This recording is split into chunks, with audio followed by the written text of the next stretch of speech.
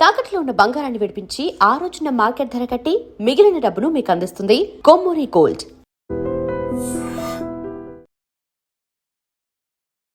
Sir ఇక్కడ ఇంకో main task ఏంటంటే జనరల్లీ భక్తులు వచ్చిన తర్వాత వాళ్ళు ఫేస్ చేసేటువంటి కొన్ని ప్రాబ్లమ్స్ని రెక్టిఫై చేయడానికి మీరు అన్నీ చూస్తున్నారు. కానీ ఒకటి మెయిన్ ప్రాబ్లం వాళ్ళు ఫేస్ చేసేది వివిఐపీస్ వచ్చినప్పుడు కొంత క్యూ లైన్ని ఆపి వాళ్ళని తీసుకెళ్ళి మళ్ళీ అనేసరికి ఆ డిస్టర్బెన్స్ ఎప్పుడు ఉంటుంది అనేది ఆ కొద్ది కంప్లైంట్ అయితే ఉంది సార్. 4 గద్దెలు పాస్ ఆన్ అయ్యే లోపలనే ఒక 15-20 మినిట్స్ అయితే ఆపాలి కదా. సో ఈసారి కూడా అట్లనే ఉంటుందా లేకపోతే how do you arrange sir? మీరేమైనా ఈసారి మనకి విఐపి ఎంట్రన్స్ కానీ బేసికలీ ప్రోటోకాల్ ఎవరికైతే మనకి దర్శనం ఉంటుందో వాళ్ళకి సపరేట్ ఎంట్రీ ఎగ్జిట్ ఉంది.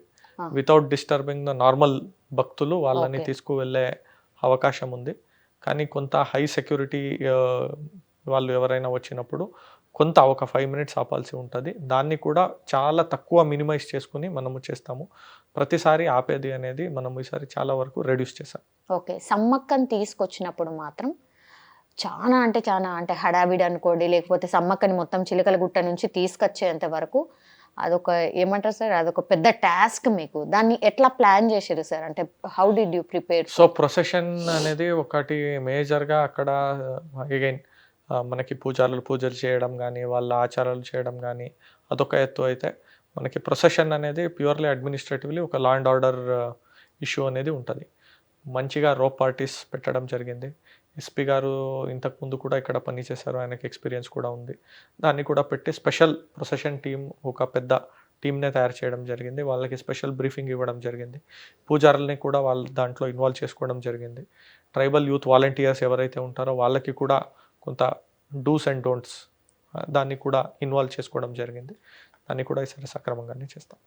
ఇక్కడ చాలా వరకు అయితే అంటే డేరాలు ఉంటాయి కదా సార్, ఆ డేరాలు కొన్ని చోట్ల అంటే భక్తులు ఇంతింత ప్రైజెస్ అనేది కూడా చిన్న కంప్లైంట్స్ రేజ్ అవుతున్నాయి సార్. అంటే ఏ వస్తువు ముట్టినా సరే చాలా ఎక్కువ ప్రైజెస్ అనేది కూడా కొద్ది కంప్లైంట్ ఉంది సార్. ఏమైనా మీ దృష్టికి వచ్చాయా సార్ అట్లాంటివి? మనకి దృష్టికి వచ్చిన కాడ మేము ఖచ్చితంగా ఫేర్ ప్రైస్ ఎన్ఫోర్స్ చేయడానికి ఖచ్చితంగా మేము ట్రై చేస్తున్నాము. దాంతోపాటు క్వాలిటీ కూడా ఎక్కడ కూడా మనకి స్టాక్ డేట్ అయిపోయిన దాన్ని కానీ ఇది కానీ మన ఫుడ్ సేఫ్టీ ఆఫీసర్స్ 12 మంది రెగ్యులర్గా తిరుగుతున్నారు, ర్యాండమ్గా చెక్ చేస్తున్నారు. ఎక్కడ మనకి ఏమైనా అట్లాంటిది దొరికితే ఇమీడియట్లీ సీజ్ చేస్తున్నాము, ఫైన్స్ వేస్తున్నాము. అండ్ మన poultry chops and chicken shops దీంట్లో స్పెసిఫిక్గా మన వెటర్నరీ ఆఫీసర్స్ని డిప్లాయ్ చేయడం జరిగింది. వాళ్ళు కూడా దాన్ని హెల్త్ అండ్ ఇన్ఫెక్షన్ గురించి వాళ్ళు కూడా దాన్ని చెక్ చేస్తున్నారు. ఇట్లా we are trying to give better services to the public. Emergency situations sir, అంటే క్యూ లైన్స్లో ఉన్నప్పుడు ఎవరికైనా ఏదైనా అయితేనో, లేకపోతే వచ్చేటప్పుడు వెళ్ళేటప్పుడు ఏదైనా సమ్ యాక్సిడెంటో అలా అయితేనో ఎంత త్వరగా క్లియర్ చేయడానికి అట్లాంటి స్పెషల్ టీమ్స్ని ఏమైనా ఏర్పాటు చేశారా? సో ఈసారి క్యూ లైన్లో మనకి service line and exit pathways అనేది ఒక కాన్సెప్ట్ దాంట్లో ఉన్నది.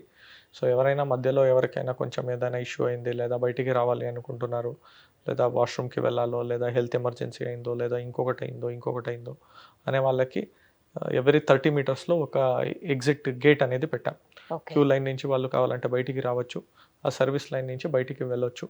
ఏదైనా హెల్త్ ఎమర్జెన్సీ ఉంటే కూడా అటెండ్ అవ్వచ్చు, మళ్ళీ రావచ్చు. దాంట్లో మనము డాక్టర్స్ని కూడా డిప్లాయ్ చేస్తున్నాం, పోలీసులని కూడా డిప్లాయ్ చేస్తున్నాం. They will take care of the facility.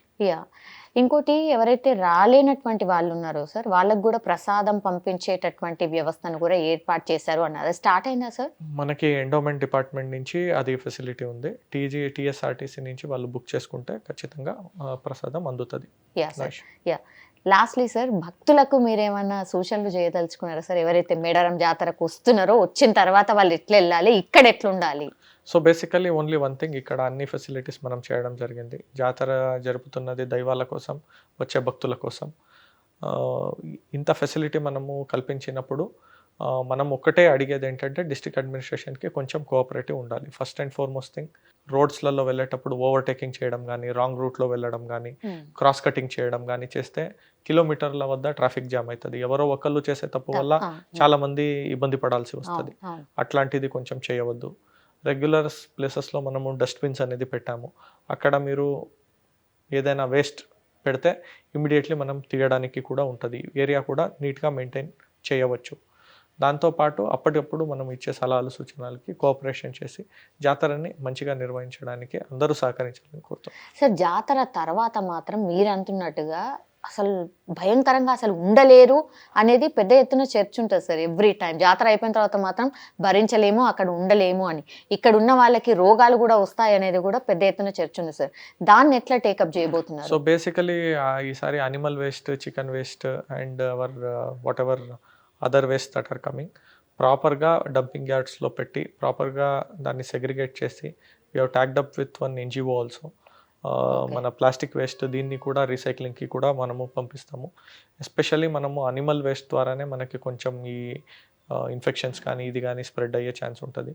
ఈసారి దాని మీద స్పెషల్ ఫోకస్ పెట్టి ఎవ్రీ అనిమల్ వేస్ట్ని కూడా మనము రెగ్యులర్గా క్లీన్ చేసి బయటికి పంపిస్తాం. సార్ ఈసారి హెలికాప్టర్కి సంబంధించిన సేవలు కూడా మీరు స్టార్ట్ చేసినట్టున్నారు. అవును. ఎంత మంచి ఆదరిస్తున్నారు సార్, అంటే ఎవరైనా వస్తున్నారా? సో మనకి ఎక్కువ బుకింగ్స్ జాతర టైంకే వస్తున్నాయి. ఓకే. జనరల్గా ఇప్పుడు ఉన్న చర్చల్లో వాళ్ళు జాతరకి 28 to 31 మధ్యలోనే చాలామంది బుకింగ్ చేసుకున్నట్టు ఉన్నది. ఇప్పుడు కూడా చూస్తే ఈరోజు దాదాపు 50% ఆఫ్ ద కెపాసిటీలో ఈరోజు మనకి నడిచింది. మళ్ళీ రేపు ఎక్కువ మంది భక్తులు వస్తారు కాబట్టి మళ్ళీ రేపు పెరుగుతుంది. మళ్ళీ జాతర టైంకి మళ్ళీ పెరుగుతుంది. So we have got good response. పోయినసారి ఉన్న ఎక్స్పీరియన్స్తో కూడా they were also very positive that ఇంత డిమాండ్ ఉంది, ఎస్పెషల్లీ వరంగల్ నుంచి రావడానికి కానీ దీనికి కానీ. So that is why we have put. జాతరకు వచ్చే రూట్లో చాలా కోతులు అవి చాలా కనిపించాయి, ఎందుకంటే అడవి ప్రాంతం కదా సార్. కొన్ని చనిపోయి కూడా కనిపిస్తున్నాయి సార్, అంటే కోతులు వెహికల్స్ కింద వచ్చేసి. అంటే ఫుడ్ ఫీడ్ చేయడం వల్లనో మరి దేని వల్లనో రీజన్ తెలియదు, కానీ అది చూస్తే కొంచెం బాధ అంటే అనిపించింది సార్. కోతులకి కొంత బిహేవియర్ కూడా ఇప్పుడు మారుతుంది. ఇన్ ద సెన్స్ దట్ మనకి టూరిస్టులు కూడా ఆల్సో రెస్పాన్సిబుల్ టూరిజం అనే దానికి ఇది ఒక ఎగ్జాంపుల్. మనం ఏం చేస్తున్నామంటే ఎవరైనా వెళ్తున్నప్పుడు ఆగి వాళ్ళు ఒక ఫుడ్ అనేది ఇస్తారు. అంటే వాళ్ళు ఏదో తప్పుడు భావనతో ఇవ్వరు. ఒక బనానా ఇవ్వడమో ఇంకొకటి ఇవ్వడమో ఏదో ఒకటి చేస్తారు. అది ఒకటి చూసిన తర్వాత నెక్స్ట్ టైం బిహేవియర్ ఏమవుతుంది అంటే నెక్స్ట్ ఏ వెహికల్ వచ్చినా నాకు ఫుడ్ ఇస్తారేమో అని వస్తున్నాయి. ఓకే. సో ఆ కారణం వల్ల కొన్ని చనిపోతున్నాయి. This is the basic reason. And monkey also కొంచెము ఆ బిహేవియర్, ఎందుకంటే అవి గ్రూప్స్లలో ఉంటాయి కాబట్టి ఏదో ఒక దానికి యాక్సిడెంట్ అయ్యే కూడా ఛాన్స్ ఉంటుంది. సో మేము కూడా చెప్పేది అదే, దయచేసి ఆ ఫీడింగ్ హ్యాబిట్ అనేది ఎక్కడ కూడా మనము డెవలప్ చేయవద్దు. మీరు ఎస్పెషల్లీ ఆన్ మెయిన్ రోడ్స్ మనం ఆపి ఫోటోలు దిగడానికో ఇంకోటి దిగడానికో అక్కడ కోతులు కనిపిస్తే ఒకటి ఇస్తాం, ఒకళ్ళు ఇస్తారు, ఇంకోసారి ఇంకో వెహికల్ వచ్చినప్పుడు వీళ్ళు కూడా ఇస్తారేమో అని వస్తున్నాయి కోతులు. సో ఇట్లా కొంచెం ఇష్యూ అవుతుంది.